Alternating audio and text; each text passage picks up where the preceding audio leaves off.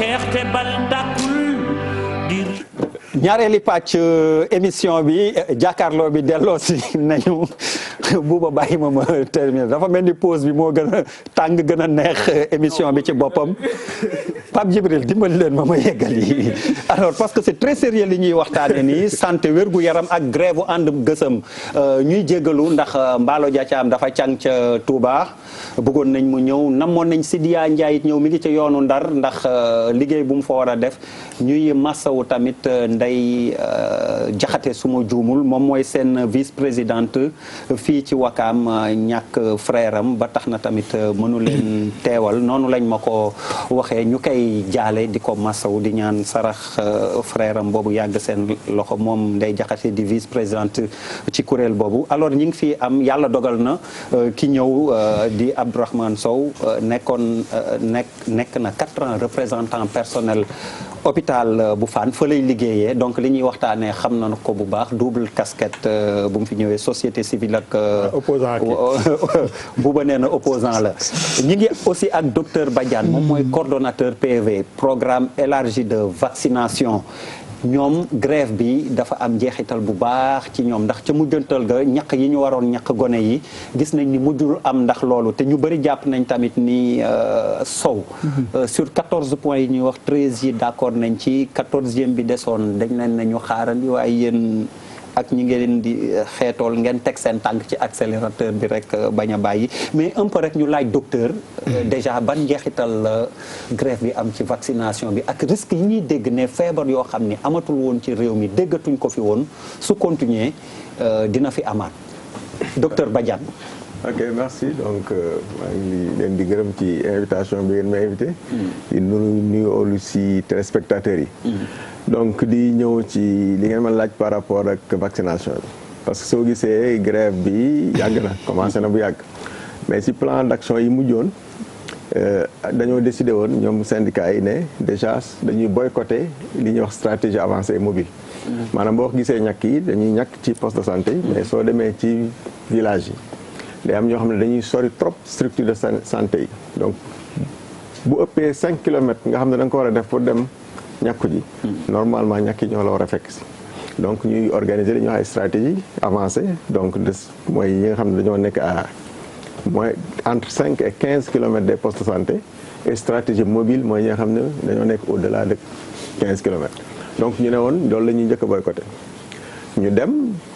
ba ci biir ñu ne léegi finalement vaccination ci boppam lañ dul defati bi ñu waxee loolu ñu ngi commencé jël vaccin yi yem ay poste de santé yoo xam ne ñu ngi jël seeni vaccin sax di ko delloo ci district yi donc loolu impact bi mu am mooy comme ni ngeen ko waxee bu dee keene dañoo décider ne de duñ ñàkk parce que tamit ñoom dañuy grève mais bu ñuy grève dina am jour yi ñuy liggéey jour yooyu ñuy liggéey nangu nañoo def yeneen soins yi mais même jour yooyu ñuy liggéey duñ ñàkk mais lu tax ñu bañ ñàkk bi. non parce que xam nañ ne ñàkk yi moo sensible maanaam foofu moom moo buñ ko laalee foofu moo gën a mën a am impact si ñoom si li ñuy def parce que yeneen service yëpp pratiquement buñ nee duñu faj keneen mën na dem faju ci privé bi wala faju ci hôpital yi wala feneen mais ñàkk yi xam nañ ne ñàkk yi non seulement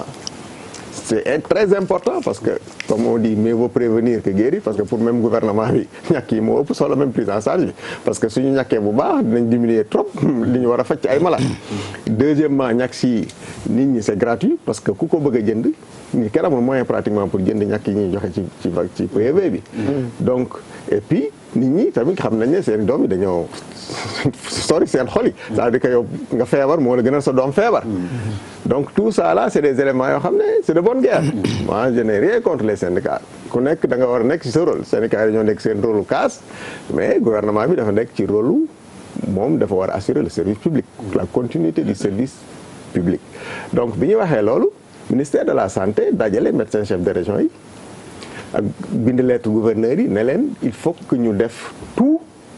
pour que vaccination boobu ñu continuer ko pour que ñu bañ a exposer xale yi ci maladie yooyu. parce que kenn bëggul tamit maladie yi nga xam ne demoon nañ ba kenn gisatu ko Sénégal bu fi dellu si. yi peut-être ñi maaseeg man ak ñi ma mag xamoon nañ ay feebaru ngas. ay feebaru xureet ay polio. yooyu dem nañ ba gisatuñ ko Sénégal donc dara taxul gisuñu ko Sénégal lu dul ñàkk yi c'est-à-dire que bis bu ñu arrêté woon ñàkk yi le lendemain dañu gisaat maladie yooyu. c'est arrivé en France. actuellement nii France ngas muy rougeole mi ngi fay rey waxuma la ay xale sax mi ngi fay rey ay mag. tout simplement parce que dem nañ à un moment ay nit jóg di ŋàññi vaccination yi ba tere di ñuy vacciné wu. donc protégé wuñu feebar bi ñëw dalee bi loolu amee ministre bi nag jël ne donc nous il faut que ñu def su warugar au moins que ñàkk yi continuer donc si lañ ne si lay commencé nag région yi di organiser wu maanaam képp koo xam ne poste de santé boo xam ne da nga ne da ngay grève vacciné wu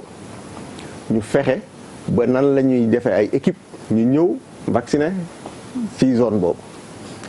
donc équipe yooyu c'est des agents de santé ñoo xam ne ils ont reçu les mêmes formations et tout ñu mooy ñi nga xam ne grève ñu ak ñeneen ñi nga xam ne c'était des bénévoles ñu nekkoon ci circuit de stage amaguñu liggéey ak ñi nga xam ne c'est des diplômés amaguñu liggéey donc région bu nekk fi mu nekk yaay organiser wax xool yan zone ñoom ñoo am déficit pour ñu ñàkk leen nga xool ñoo fay organiser vaccination et ñi ngi rafetlu trop nag liggéey bi nga xam ne waa région médicale de Dakar ñu ngi koy liggéey ànd seeg préfet yi ak sous-préfet yi donc di jéem a def ay stratégie pour dem di ñàkk ci zone yi c'est vrai loolu neexul ñi nga xam ne dañuy grève parce que buñ sañoon buñ nee du ñu ñàkk kenn du ñàkk donc mais nag comme j'ai dit chacun dafa war a nekk ci rôle am ñii rôle nekk seen rôle pour revendiquer di revendiquer état bi nga xam ne rôle am mooy assurer le service public aussi mu jël les moyens pour assurer le service public donc ci loolu lañ nekk nii di ko développer pour que xale yi ñu ñàkk leen parce que tamit c'est très important ñàkk xale yi moom loolu moom je pense que ñëpp d'accord nañ ne loolu lu garaaw la c'est une arme redoutable moo tax ñoom it ñu koy utiliser donc ci situation bi noonu la demee. alors Abdourahmane Sow xëy na yow di nga sensible ci revendication sa mbokk waa hôpital yi mais docteur tamit dañuy wax ñenn ngi ni muy waa hôpital yi ciy liggéey vraiment muy armée bi police gendarmerie ma boole ci journaliste dafa am fu ñu yam lu ñu leen fay jar na ko wala nit sax amul seen pay mais ni mu wax est-ce que sensible quand même côté boobu nga xam ni xeex bi yóbbu nañ ko fa di ko kii ci xale yi waaw damay tàmbali rek balaa lii buuba def keneen di ma ko def di leeral ni que ñëw ma fi ci tudd ànd gësam. da lay tooñ rek. non c'est non taxuñu ma ko de pour man opposant. mais amul benn problème opposant la je m'oppose au système qui puisse l'incarner ku mu mënti doon. ayca bismillah. alors je dis que ne ñëw ma fi ci turu. ànd gësam dafa tombé. tombé moo waral ay gaaf. et li docteur wax d'accord naa ci. gis nga yaa li ñuy wax les secteurs sociaux de base ci réew dañ ko war a prioriser dafa am lu mu laaj parce que dafa sensible lu jëm lu mel ni santé. lu jëm ci mbirum protection de l'enfance éducation les problématiques de sécurité foog naa loolu vision la mais responsabilité étatique la parce que tamit ñuy dellu tuuti ba mois de mars ba tey jii ou bien avant 16 plans d'action organisation syndicale di ko def adduwoo ci benn yoon wala jéemoo ci dara l'État na jéem rencontrer leen jël ay engagement yu mu mën a respecter li mu mënul mu ne mënu ko xëy na sax askan wi àtte parce que tamit da nga ko wax lu am solo la parce que la santé kenn du ko foyee man dal na ma guddi su ma soxna feebar fan yële ma tiit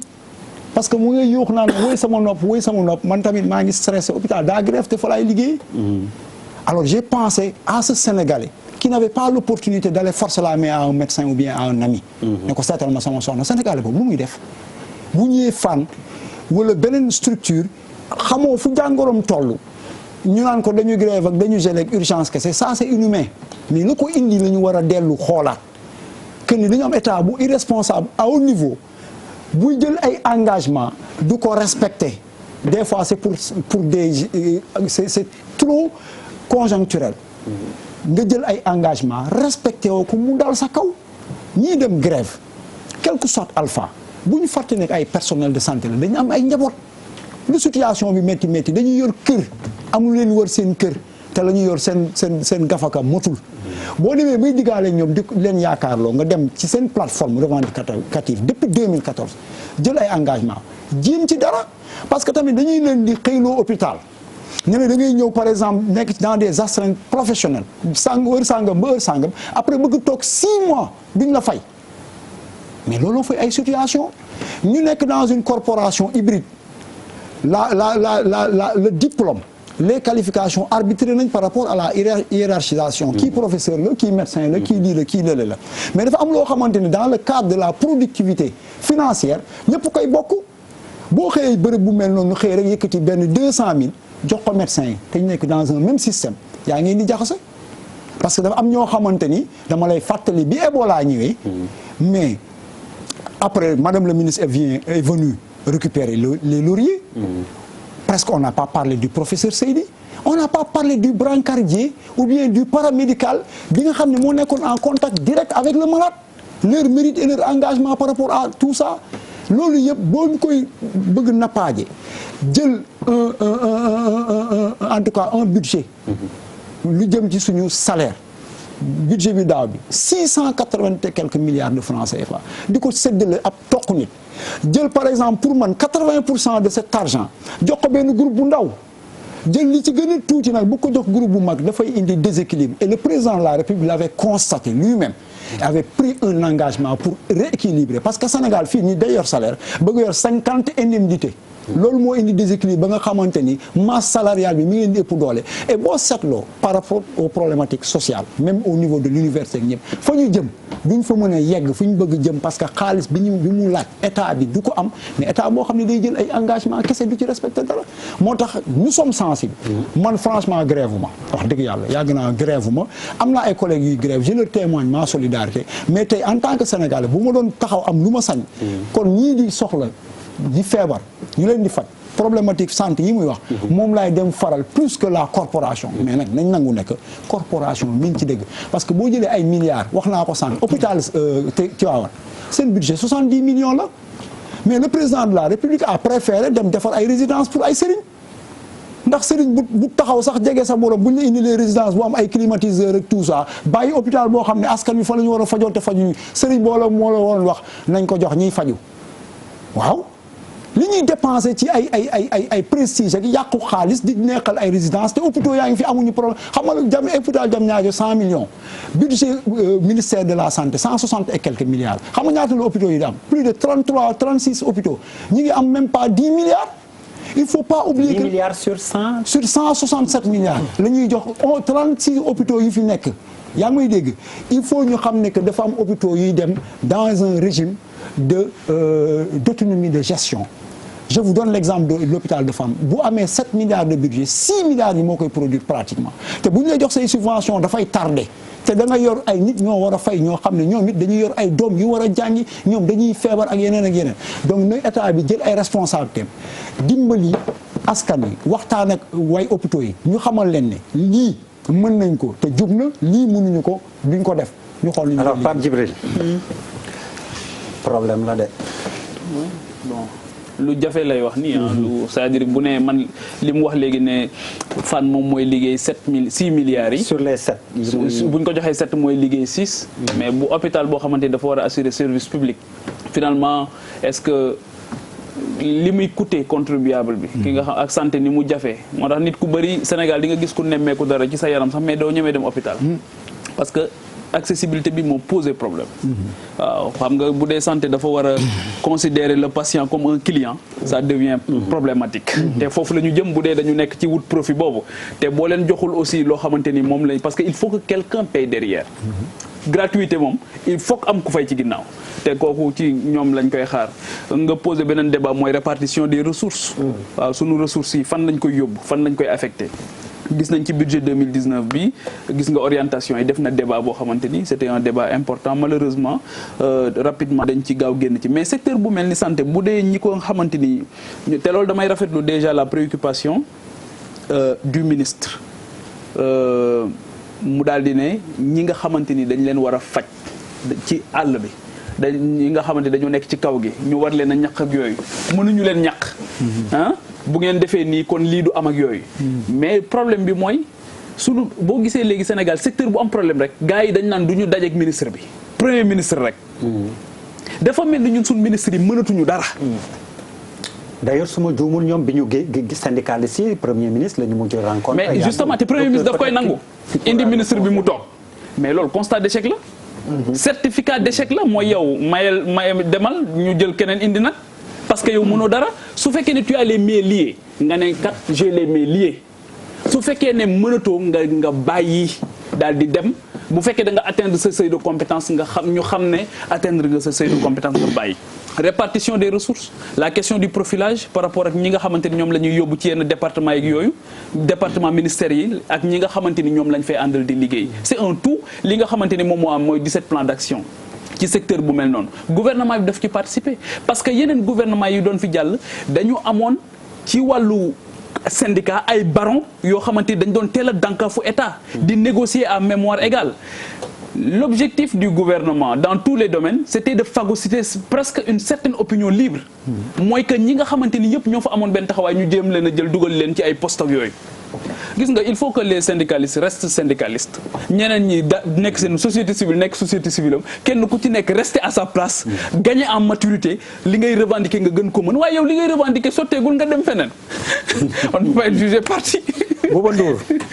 waaw man en fait man lu ma siy wax mooy man en tout cas képp kuy grève jël bi nga xam couche bi nga xam ne moo gën a vulnérable ki société bi nga attaqué ko moi j'ai un problème avec ça d'autant plus que maa ngi dégg Sow di wax que ni moom par exemple grèveul ça veut dire que du ñëpp ñoo grève am na ñu grève peut-être am na ñu grève du loolu waaw donc pour man attaqué quand même li nga xam ne moo jëm ci ay xale ci ay ñàkk man de d'accord ma si maintenant dafa am dara lu am solo c'est-à-dire que nit ki li nga am loolu ngay duggee marché Pape Djibril mi ngi wax ne léegi nit dañuy refuser gis ministre yi bëgg a dem ci président wala ci premier ministre c'est pas parce que le ministre est incompétent mais réew budget ko yor ministre bi boo ko li ñu naan lekketu neen naxu li béy munoo jël benn lekket defoo ci dara nga jox ministre bi ba pare bëgg mu moyens yi taw c'est-à-dire que nan la ñuy distribuer alal ji ñu am ci yan secteur lañ koy dugal santé mu nekk ak éducation nag ñëpp xam nañ ni mooy li nga xam ne moom la ñu war a njëkk may doole soo am na lu mu wax lu am solo parce que waxuma la rek ci mbirum santé mais dans tout ci corporation yi foo dem fii nga ñi nekk ci suuf coono gi ñuy dund ak ñi nekk ci kaw bokkul te loolu je pense que d'une manière générale dañ ko war a xoolaat ci fépp li am solo ba am solo mooy je pense su fekkee ni quand même état li nga xam ne moom mooy ministre des finances muy parce que ministre des finances am na ci rôle bu rëy parce que quand même y a peut-être des ministres yoo xam ne ils veulent mettre la main ci seen budget yi wala ci xaalis te mënuñu ko am donc parce que ñoom ñooy joxe xaalis bi je pense qu'il faut aujourd'hui ñu convoquer loolu quoi les ministres yi ñuy fal yi nga xam ne amuñu doole vraiment li ñu war a def ñu def ko léegi après mu am grève syndicats yi soxla nga foog ni ñoom ñoo incompétent fekk en fait en réalité qu'est-ce qui amul xaalis je pense que foofu la ñu war a xool quoi je pense que ministre bu ñu fi fal rek war nga mën a quand même doxal sa liggéey mais pour nit ki doxal liggéey quel que soit lu mu am ci bopp bi te joxoo ko moyen bu fekkee ni 100 milliards dafa ñëw au lieu nga jël 100 milliards dugal ko ci santé ak éducation nga def ko ci autoroute à péage wala nga def ko ci TER wala nga def ko feneen peut-être que loolu la ñu war a xool fan la xaalis bi di dugg est-ce que xaalis bi ñu ngi koy distribuer ni ñu ko war a distribuer parce que lu ñu mënti boo seetee ba seet finalement kon da nga naan ministre yëpp kenn xamu ci dara parce que à chaque fois aussi te beneen affaire dafa am saa yu nit ci grève bu fekkee ñenn grève nañu président de la république recevoir leen mais keneen ku grève quelle que soit proposition bu ministre teg ci table bi du ko gis da lay xeeb mënoo jiital nit ba pare di ko fakastal ministre boo ko falee da nga koy jox moyen soo ko joxul moyen mënul appliquer dara tool yi moom mooy jëpp parce que gisoo fi benn ministre bu am ci benn compte bancaire lu muy xëcc mais ministre yu bëri boo demoon ci gouvernement bi di xool am na ñu bëri ñoo xam ne ils ont des problèmes parce que tout simplement xaalis ñëwul ñu leen di te yi nga xam ne moo gën a sensible muy éducation ministre de l'éducation nationale wala enseignement supérieur wala ministre de la santé foofu bu fekkee ni moo ni xaalis amu fa finalement ça ne sert à rien donc qu'est-ce que lan mooy problème bi est-ce que l'État a assez d'argent ou de moyens pour mettre ci yenn secteur je pense que loolu mooy question bi gën a mag quoi. Mouhamed Papis Diaw. alors man feneen lay kiiwee par rapport ak. feneen ngay fële dafa am ñaari problème ci cas bi dafa am ñaari problème dafa am problème mu organisation secteur bi ak les obligations des acteurs du secteur. problème organisation secteur bi. oui ak l'obligation des acteurs du secteur parce qu'on parle de santé. organisation moom mooy li ñuy wax léegi ay mieux payé mal payé attribué fii 200 000 francs fii 150 francs ça c'est dans le domaine de l'organisation qui n'a rien à voir avec les obligations par rapport à la corporation ak li la yelleef li la sa warugar waaw ak say dama yaakaar nit am na yenn métiers yi yenn façon liggéey si àdduna boo demee ba tànn ko je ne pense pas mu am motivation li koy motiver mooy koppar wala xaalis. damay jël exemple docteur kese pour nga nekk docteur bac plus 8 pour nga nekk tu docteur nekk ko professeur la tu docteur xam nga jàng nga ba nekk docteur xëy na dans une belle discipline ku jàng loolu il est professeur. mais yow nekk ko professeur tu es un simple docteur donc nga ñëw am liggéey ñu lay fay nga def bac plus 8 mais doyul tellement que da ngay demaat di dem xar mat donc tu l'as pas fait et tu savais que lii mooy salaire bi xëy na ko def par passion mais dolliwaat liggéey pour dolleeku ci li ngay am. docteur yu bëgg xaalis yi. non mais au départ base bi passion la je crois parce que xam nga ne docteur on te paye pas ay état bi nga fay ay 60 millions par mois du la ko fay. je veux dire par là. docteur yi am nañu xaalis boo demee mais ils sont obligés de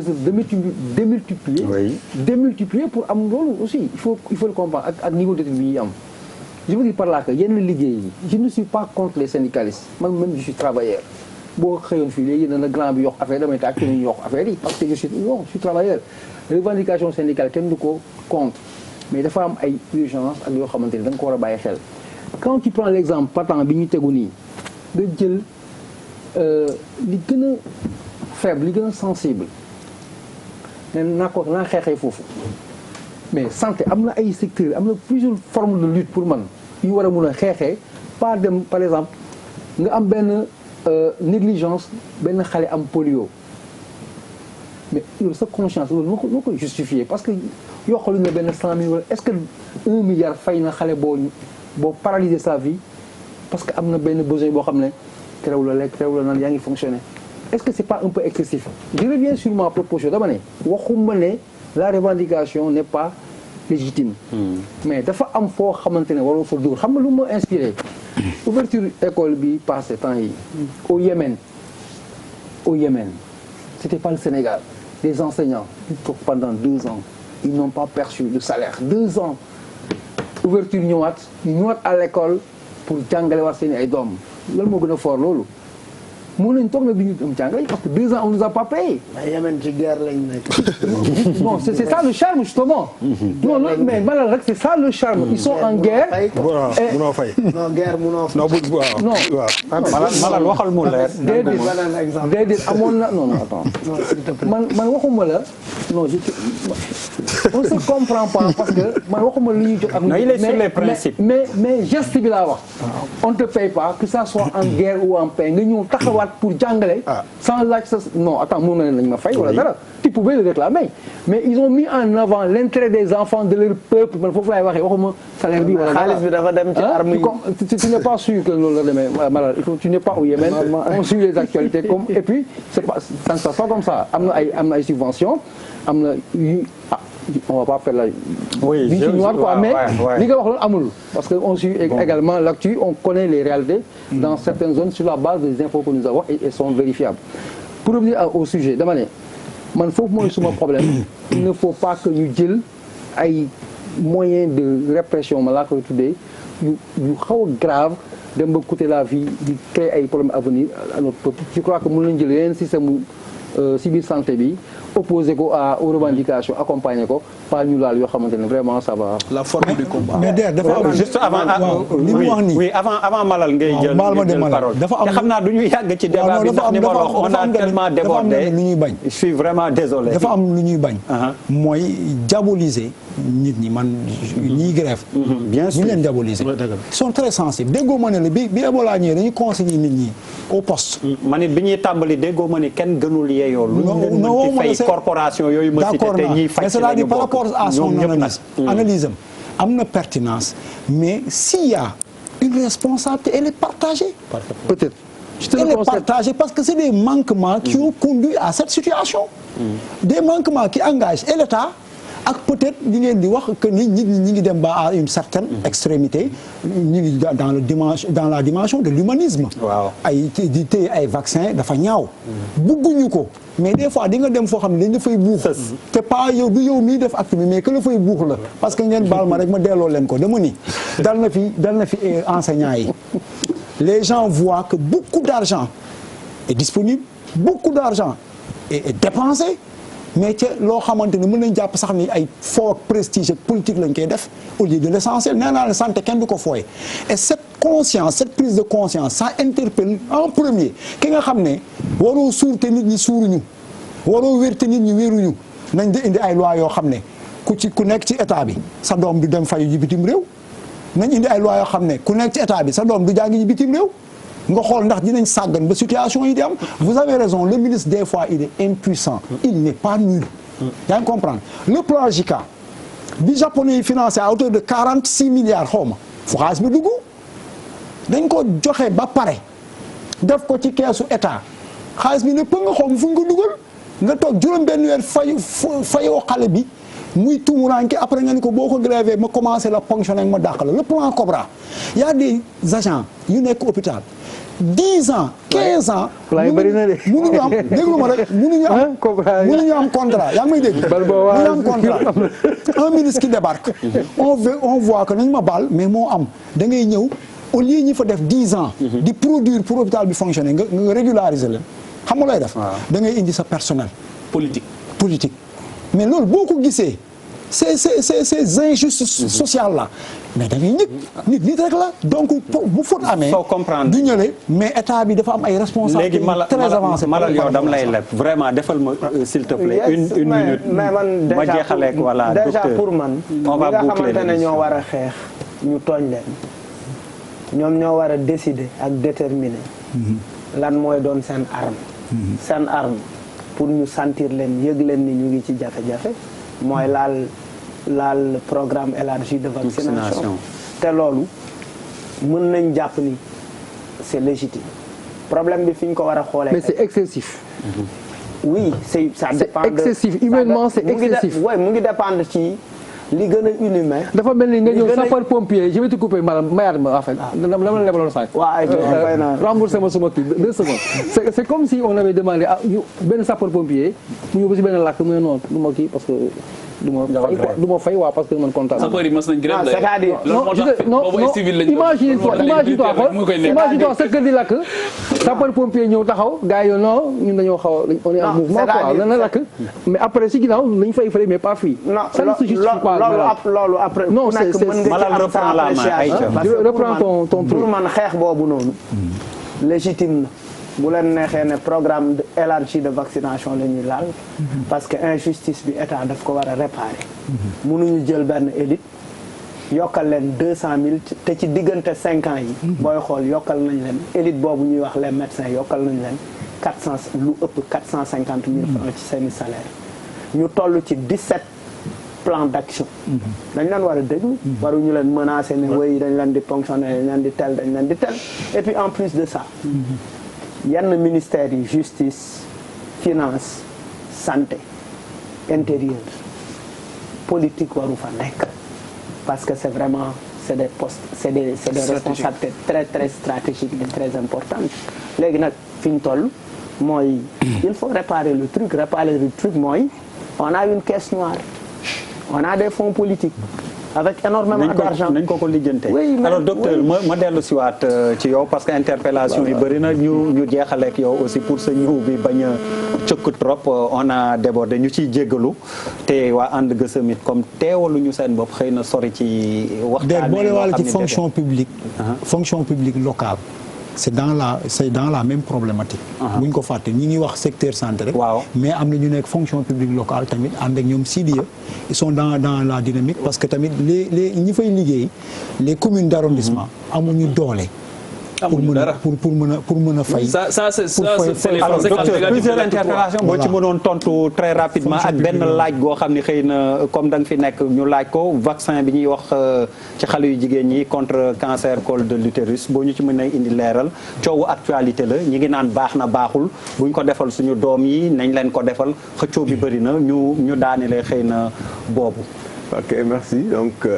man ci wax mooy bon de toute façon man dama syndicaliste donc mënoo wax au nom des syndicats je ne suis pas non plus tamit politique donc je suis au ministère de la santé mais nekkuma ci top management bi donc géré wu ma grève donc moi je suis technicien pur et dur donc ce qui nous intéresse c'est que ñu a une mission mooy ñàkk xale yi mission boobu c'est une mission publique la de santé publique donc lu mën a xew ak situation pays bi fu mu mën a yem. c'est-à-dire que dañ ko war a assurer. donc si loolu lañ nekk pour xool quels sont les voies et moyens pour assurer service boobu. comme j'ai dit avec les instructions du ministre on est en train de mettre en place un système pour assurer le service. bon malheureusement bi nit ñi gisee ne ñi ngi def loolu pour assurer service boobu aussi ñu ngi am na ñu gën di jéem a saboter. c'est-à-dire que di jafe di jaar ci réseaux sociaux yi di def ay messages naan bu ñu leen am na ay nit ñu ñëw bu ñu leen di ñàkk na ngeen bañ c'est des gens qui ne sont pas formés. moi je pense que yooyu tamit. c'est grave. ça veut dire que moi avant l'émission en préparant l'émission wax nañ ma lool nee nañ ma ñi ñu jël. ne sont pas habilités à le faire. non moi et je sais qu'il y a pas plus indiqué que vous pour nous dire ndax loolu am na wala amul. être habilité à le faire. ak daan ko def war mu nekkoon sa mission bokkul c'est-à-dire que yow fii nga nekk nii journaliste rek boo gëree woon tey dañuy wut keneen ñëw teg ko fii mu def émission. mais dañ fi teg ku ko mën. ku ko mën. beneen journaliste dañuy jël. mais c'est pas parce que yow yaa war a yaa di def émission bi chaque jour. que boo ko deful amuñu beneen compétence beneen journaliste bu compétent bu sinon. il faut pas que le ministre aussi il faut pas qu'il déplace le problème. non le problème il faut le régler. non wut ñu contourner ñi grève wuti ñeneen nit yi di ñëw di ko def. oui quand même. à ponctionner salaire aussi. non le problème ne se situe pas là-bas. c'est-à-dire que ñii dañ ne duñ def le problème est là il n'est pas encore réglé est-ce que avant ñuy régler problème bi. il faut assurer le service dañoo war a bàyyi service bi noonu kenn bañ ko assurer. il faut assurer le service c'est important c'est comme vous avez dit il y a des problèmes qui ne dépendent pas du ministère de la santé. mais docteur man foofu laay wax c'est-à-dire que aujourd'hui est-ce que lii nii du prétexte rek pour mettre vraiment l'accent sur le fait que en réalité les ministres ñu ci gën a bëri ils sont impuissants par rapport ak li ñu war a régler. seen mission non foofu laa bëggoon a jëm dama ne man du ma syndicaliste. mais je sais que si revendication yi. comme ni ngeen ko waxee. y a des choses yoo xam ne ministre nekkul le ministre mënu sore de mais ce n'est même pas de son ressort. waaw. quand on parle de régime indemnitaire de la fonction publique c'est pas le ministère de la santé. donc problème boobu ministère de la santé tey mënu ko régler. mais il doit être l'avocat. d'accord il doit être l'avocat. mais am na situation bu posé wu mooy ne xale yi ñàkkuñu leen. est-ce que dafa war a toog. non dafa war a toog. bàyyi di dem di régler ji problème syndicat yi. ba mu régler ñu door a ñëw retourner pour ñàkk xale yi. voilà dafa war a boole ñaar yëpp. dafa war a mettre le service. pour que xale yi kon ne ñàkk lu mu mën ci problème bee mu def. mais docteur est-ce que bu teeloon jug dinañ yegg fii. non man déggoo ne wax man dama syndicaliste. waaw loolu tamit lu am solo ministre bi gaa nañ ko ne nañ bëgg dialogue mooy ay situation. est-ce que bu teeloon jug dina yegg dañoo fii décider kenn du leen ñàkk. ndax dañoo war a bàyyi loolu. ba problème bi réglé ba grève bi jeex ñu doon leen a ñàkk wala ministre bi wala l'État dafa war a assuré. mi ngi mel tey ñu ne woon duñu gérer urgence. ba pare est-ce que bu ñu ne woon duñu gérer urgence dañoo war a bàyyi ñëpp dee wala dañoo war a seet nu ñuy organiser urgence yi. waaw ba pare c'est la même chose. à 2 mois des élections ñu bàyyi ko mu dee moom. mais c'est la même chose xale ñu war a ñàkk. mais à 2 mois des élections à chaque fois que grève am je me demande est-ce que parce que opportunité bi moo jot. parce que c'est une façon de mettre la pression. waaw mais nag y a des points sensibles. c'est une question à se poser quoi. y a des points sensibles soo gisee ñoom pourquoi bu ñu grévé jour yi ñuy liggéey ñu ne dañ def leneen yeneen liggéey yëpp dañ ko def mais duñ ñàkk xale yi c'est la question qu'on doit se poser. est-ce que nag léegi dañoo war a seetaan loolu ñu bàyyi ko xale yi bañ a ñàkku ou bien dañoo war a xool nu ñuy def ba ñàkk xale yi en attendant que problème bi di réglé. bu baaxul les enfants sont innocents. mais docteur aussi il faut être docteur. je pense que l'État est responsable bu fekkoon ne dañuy jël ñoo xam ne mënuñoo ñàkk ñuy ñàkk xale yi ça c'est encore plus grave. oui que bañ a ñàkk xale yi. donc je pense qu'on va. mais léegi diggante ñoom bi ñu gëjee ñàkk ak léegi ñaata xale ñoo ci faatu. non problème bi du ñàkk yi. oui mais c'est problème du. il y a un impact forcément. non dafa xam nga ñàkk c'est pas pour faj feebar bu dal xale. pour prévenir des maladies. donc impact boobu. c'est pas sur le. c'est pas tout de suite. immédiat. ah ok. c'est comme bi ñu fiy jël volontaires yi à un moment donné. ci jàng bi. impact yi on les a. mais après 10 ans après. mais ñëpp xam nañ ne. ñàkk. n'est pas n'importe qui mooy ñàkk. donc bu ñu jëlee ay agents di leen yóbbu ñuy ñàkk c'est parce qu'on a la garantie. que c'est des gens parce que ñun. mais docteur parce que même ñiy ñàkk nii ñoom ñu naan ñoom ñooy ñàkk. mais su campagne amee dañuy wuti renfort. mais docteur beneen ñu leen di renforcer. campagne yi di leen ñàkk. ñoom bu ñu ñàkkul ñoom ñu doon. docteur benn question bu ndaw ñëpp a grève. docteur benn question bu ndaw. xam nga bu fekkee ni boo leen deful man ma def est-ce que loolu du tax importance bi ñu war a jox pour régler problème bi. ñu wàññi ko parce que y a une situation y a une solution boo xam ne mun biñ ne dañuy grève est-ce que jour yi ñuy grève bañ a consulter wala dara est-ce que état bi dafa dem wuti ñu ñëw di consulter à la place. boo leen wax spécificité problème fi ñoom xam nañ ne fi ñu laal xam nañ ne foofu alors c'est des points sensibles mais nag moi je pense que un état responsable état bu responsable docteur waaw warul ñu ne du ñu vacciner xale yi mu toog di seetaan na day xaar ba ñu régler problème yi alors donc on doit mettre des moyens pour vacciner les enfants. mais est-ce qu'un état responsable dina bàyyi 17 plans d'action tout ce qui s'insurge contre ça di véhiculer ay messages c'est du faux. mais médecin alors docteur s'il vous plaît ñu daanelee foofu parce que régie bi nee na jeexal naa complètement temps bi nga xam ne vraiment moom la ñu mayoon mais heureusement ni wax comme directeur programme a ngi toog suñu xabaabalee HPV bi tamit war nañ ci wax ayca lan mooy HPV mooy vaccin bi ñuy wax vaccin contre le cancer voilà moom laa la bëggoon laajee dégg nañ ci coow lu bëri lu am la wala am dafay lore wala lorewul mais est-ce que yéen mën ngeen xalaat ne ñun état ay Sénégal dinañ jël luy lore di ko indi yow ki la indil 13 vaccins 13 vaccin yëpp nga gis njariñam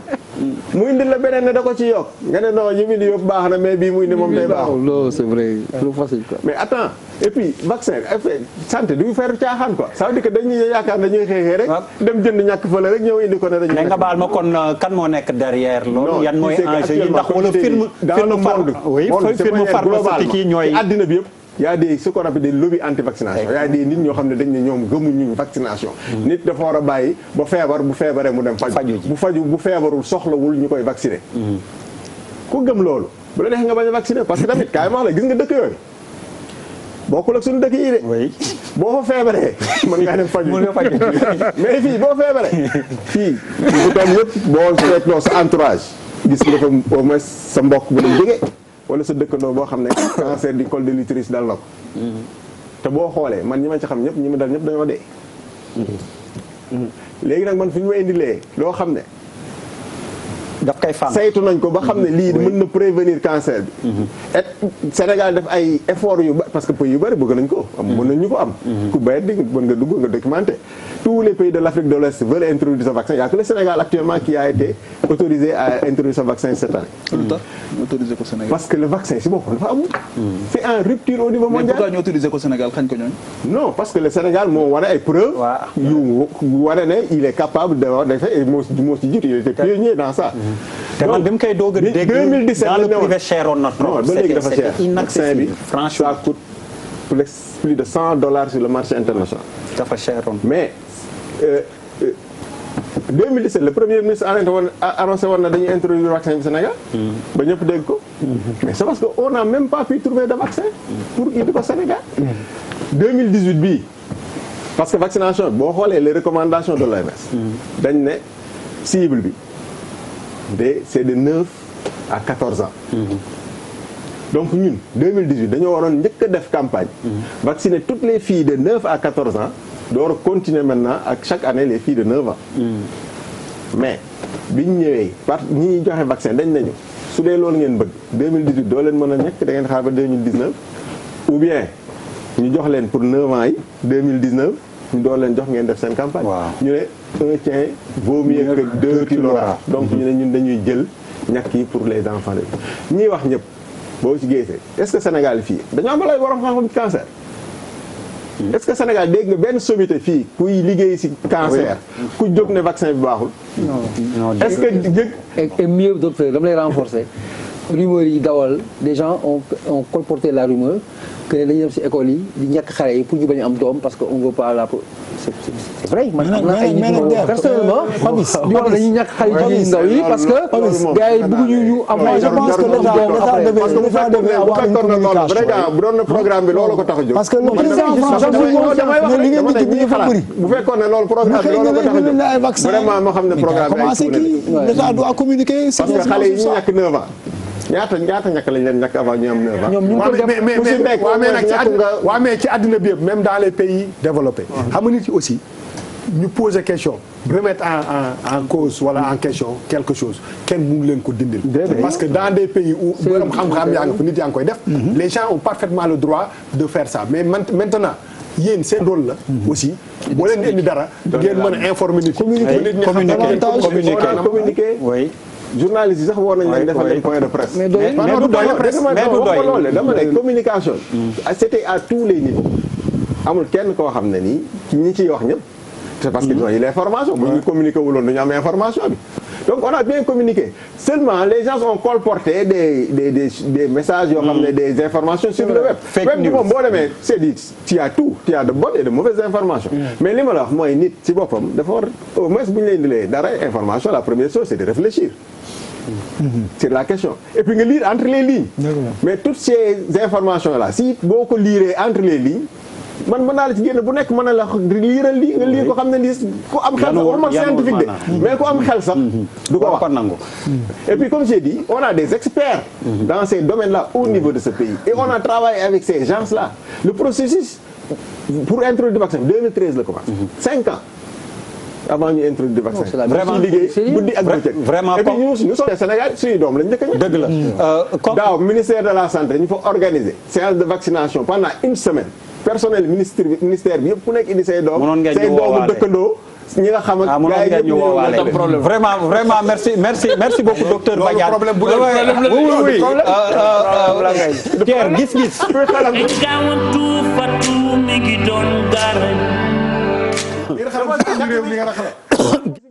bi Abdoulaye Roger Dieng alors on reste toujours avec les syndicats avec intersyndical ñi yëngu ci wàllu napp gi ak aquaculture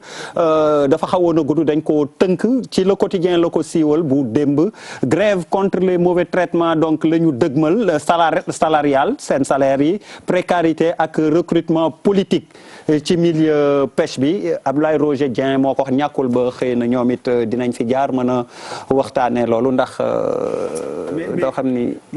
Bouba Ndour gis-gis ay comme yaa nekk di wax mais recrutement politique si ban secteur la amul Sénégal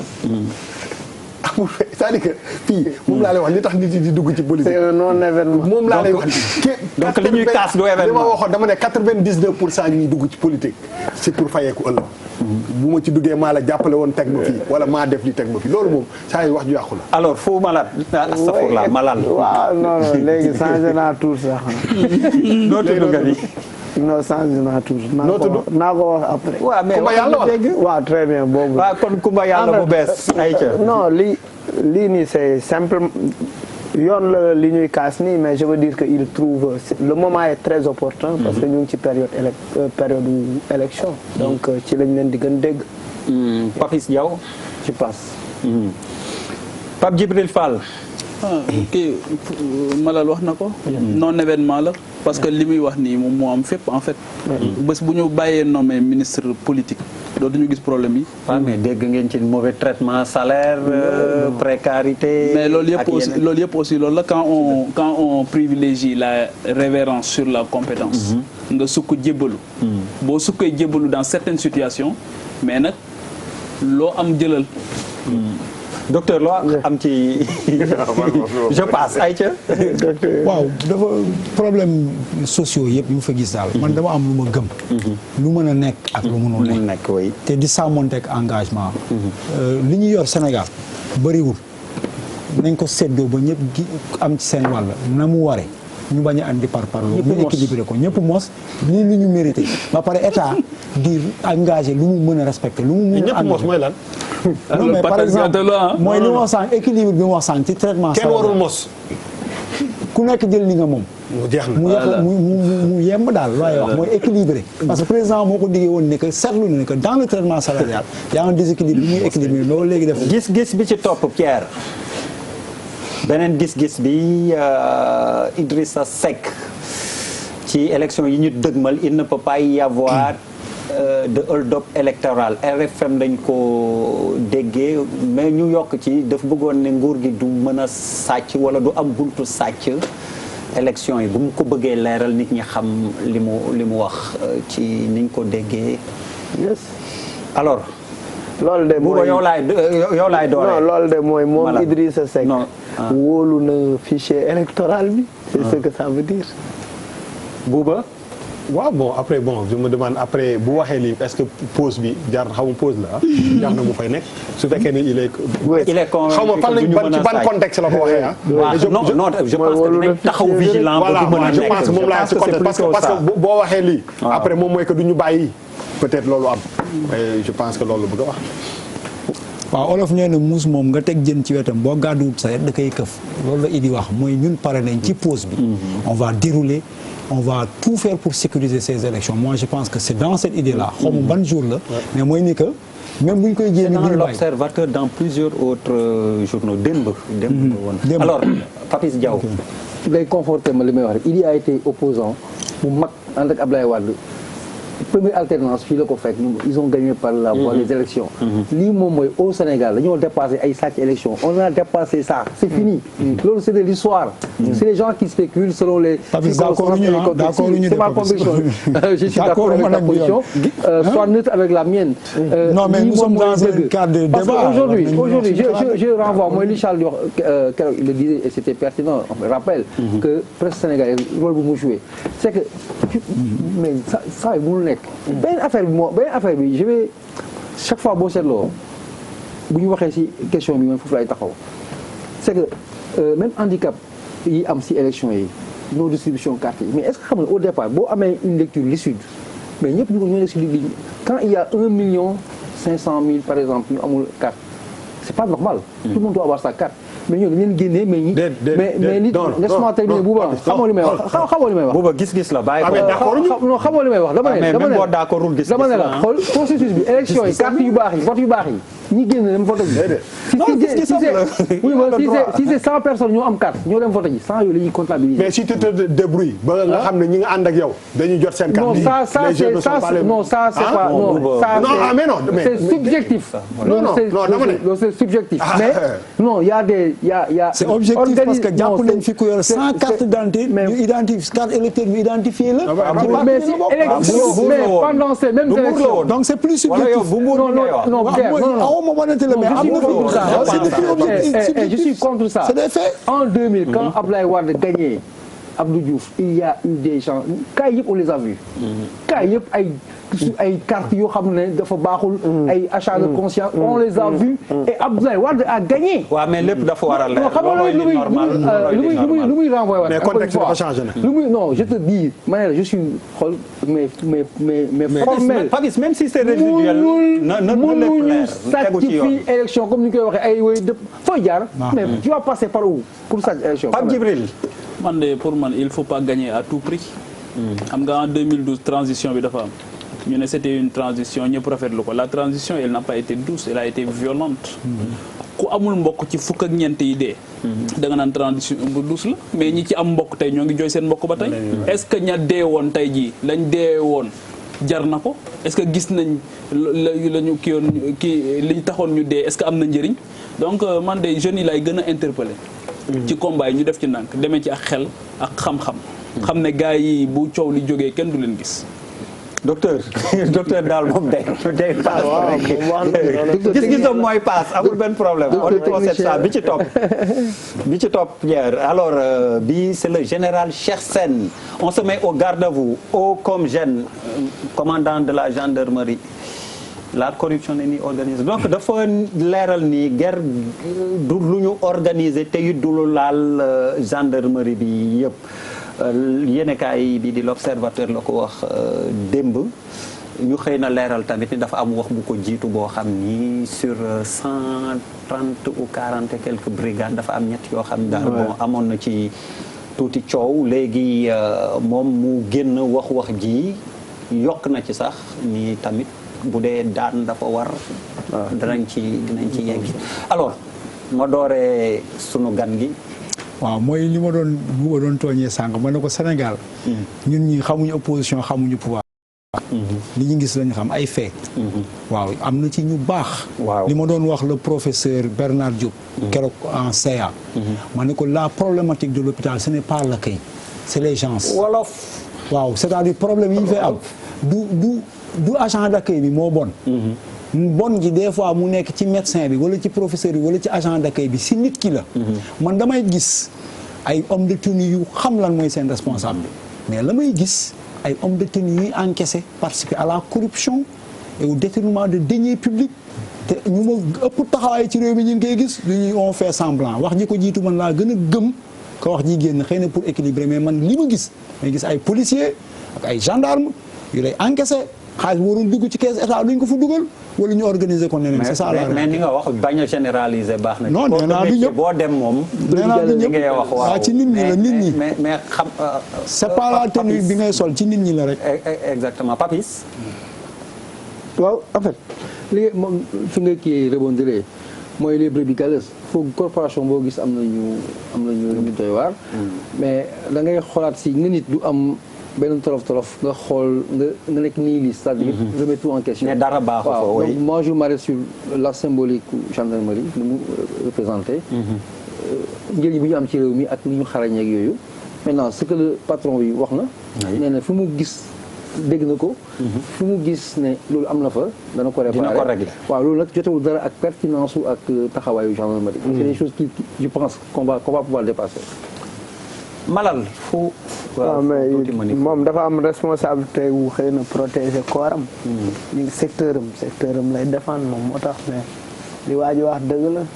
camion 1000 francs la koy gendarmerie laaj. loolu c'est connu quoi. donc nañu vérifier loolu aussi. Pape Djibril non moom waxul li ma dégg général bi. mais dégg naa ko. dafa ne ils vont voir fépp fu am manquement par rapport à ça. dina ko sanctionner. Djibril. la corruption mënul nekk ci corps bu stratégique comme gendarmerie corruption mënul nekk lu ñu organiser mënul nekk lu généraliser kon musiba am na ba tey heureusement d'ailleurs am na ci ay points faibles yoo xamante ni am na gendarmerie je pense que ne ku leen observé ces dernières années gis nañ ne def nañ ay avancées yu notoires du point de vue de réforme du point de vue sécurisation et tout même du point de vue communication contrairement aux autres corps yi nga xamante dañuy emmuré wu ci silence boo xam même bavure day am ca sax seen corps te kenn du leen dégg gendarmerie je pense que dans ce sens là am na ay évolutions yu am maintenant le fond du problème mooy une note de service moo fuité bu général Moussa Fall encore une fois c'est-à-dire que est-ce que amul benn crise interne boo xamante ni xam nga gis nga li ñu xew ci colonel Abdou Aziz Ndaw ba mu dem ba ci mujjantel gi mu doog a exploser c'est-à-dire que dafa am ay accommodement yu ndaw yoo xamante ni xëy na dañ koy bàyyi mu toucher ay ego ci biir moom mooy mujj fuité nii leneen li mooy corruption bi am ci police comme ci gendarmerie ci tali yi benn pan la rek ci liggéey bu colossal bi nga xamante ni corps yooyu ñoo ngi koy abattre au quotidien pour gérer la sécurité des personnes et de leurs biens te nit ñi duñ ko yëg docteur passe alors Bouba non fàttewum la Bouba alors ton gis-gis non man en fait man lu ma xalaat moom mooy je pense que par exemple boo jëlee gendarmerie li mu wax nii c'est très clair moom mooy que en tout cas mënuñu ko organiser c'est-à-dire que loolu dafa am solo mais bu ñu demee ba 2018 que quand même mu ne même li mu wax ni ko organiser wul et c'est pas généralisé ça veut dire que wala munu newul ça n'existe pas mais bu dee dafa am ci ay points yu mu existe je pense que il est interpellé et que moom démarche bi moom mooy que bu fekkee ne dafa am yenn yu ci rax dinañ fexe ba li nga xam ne moom moo ciy ñuul ñu régler ko mais xam nga boo nekkee si dëkk yu mel ni Sénégal nga xool sous-région nga xam ne tout ce qui se passe ak quand même au niveau de la gendarmerie effort yi ñuy def ak li ñuy réaliser tu ne peux pas aussi et préciser foofu Bouba et préciser lu am solo seen commission de discipline à l'interne dañuy sanctionner cas yu bari mais nit ñi duñ ko xam mais cas yu bari dañuy sanctionner au quotidien bon je le dis parce que liggéey naa ak ñoom à un moment donné dans le cadre d'une collaboration liggéey naa ak ñoom mais dañuy sanctionner cas yu bari dinañ jël procédure yóbbu ko ba mu terme ñu sanctionner nit vigoureusement te nit ñi duñ ko yëg. donc vraiment je pense que. même dans l'armée. waaw voilà mais en tout cas si on parle de la gendarmerie je pense que loolu moo am solo. maintenant Sénégal la ñu nekk je ne pense pas que mu am fenn fu parfait. NYPD New York Police Department. des fois nga gis fa ay cas yu ëpp doole te pourtant ñoo gën a crédible. ay ñoo xam ne dañu jàpp ay drogue dealer sax détourné drogue ba dem jaay. ay milliards de non c'est vrai. donc je pense que war nañu mën a sant yàlla mais jamono fi mu toll nii. je pense que pression bi nga xam ne si corporation yëpp jamono moo ko teg nit ki mooy tax lépp li nga xam ne lu ci lëj la dinañ jéem a fexe ba nga xam ne dañ koy lijjanti ba mu jaar. Alain Duhamel xam nga nu mu ko tuddee. la transparence tyrannique. toll nañ jamono joo xam ku yebu rek leeral. opacité du la ji musiba lay jur. alors est-ce que la transparence peut être tyrannique. ñu leen di gërëm di leen sant yéen ñëpp ñi wuyu si woon première partie deuxième partie. mais am naa benn yóbbante de. dafa am benn yóbbante waruma ko woon wax sax. mais il faut ma wax ko. dama jot benn coup de fil. confidentiel xam nga ñun dañuy toog rek. àjjuma fii di wax. di yaakaar ne li ñuy wax dina porter. nit ñaa ngi ñuy seetaan ba ci prison yi. dafa am ku ma jot. ñi ngi nekk ay nit yoo xam ne ñi ngi def grève de la faim fële ca mag bu Thiès. cantakun mu nekk ay cantakun. ñi ngi seetaan émission bi. ñi ngi ñaan aussi. pour que yoon juge leen. ñu taxawu la voilà donc xam nga yóbbante. dafa am solo moo tax lépp ci émission bi. billaay wallaay taalaay. c'est-à-dire que ça vaut de l'or parce que moo tax boo ciy toog rek waxal ak sa akulaay taala parce que ki lay seetaan waa ji nee na ma c'est-à-dire que bis journée bi dina métti trop mu ñëw toog jàkkaarloo reetaan wala xaxataay wala mu neex ko ba mu fàtte ay coonoom donc je pense que yóbbante boo xam ne ça m'a touché ma ne woon dinaa ko dama ne woon sax bu ko wax mais vraiment aussi ñi nga xam ne denc nañ leen ci kaso yi quel que soit lu ñu munti def nañ leen àtte nee naa leen Assane Diouf nañ ko àtte c'est ça. ña nekk fële nañ leen àtte ku nekk ci kaso bi def li nga xam ne dafa bu fekkee ni yoon gis na ni yan jaarul yoon dañ leen jugé bu dee dañ leen di daan ñu daan leen bu fekkee dañ leen bàyyi mais jël nit dañ ko ci kaso bi pendant des années waxoo ci ay mbiram man it kon ma fàttali loo xam ni xalif général de Tidiane santaane woon na ko ñuy déglunte Birima ak Charles ñu leen di nuyu ndax dañoo absenté mais jàmm rek la li tax ma ne ziar ak fàttali li xalif général wax samedi falaa fanaan bernde yi soxna Umu Kantum si bëri woon na lool bi ngay dem waxoo ñu ko de lu leen ko wax dama rocceeku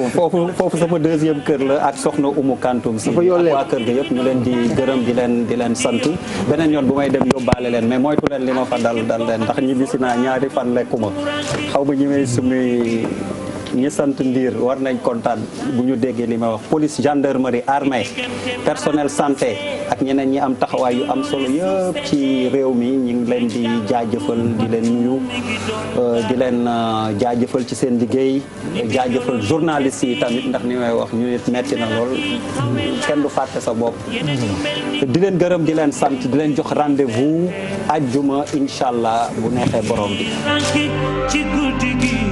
and we chase the bomb, the times of freedom fashion. Ci diggante marak ma see bi jululi suuf seddee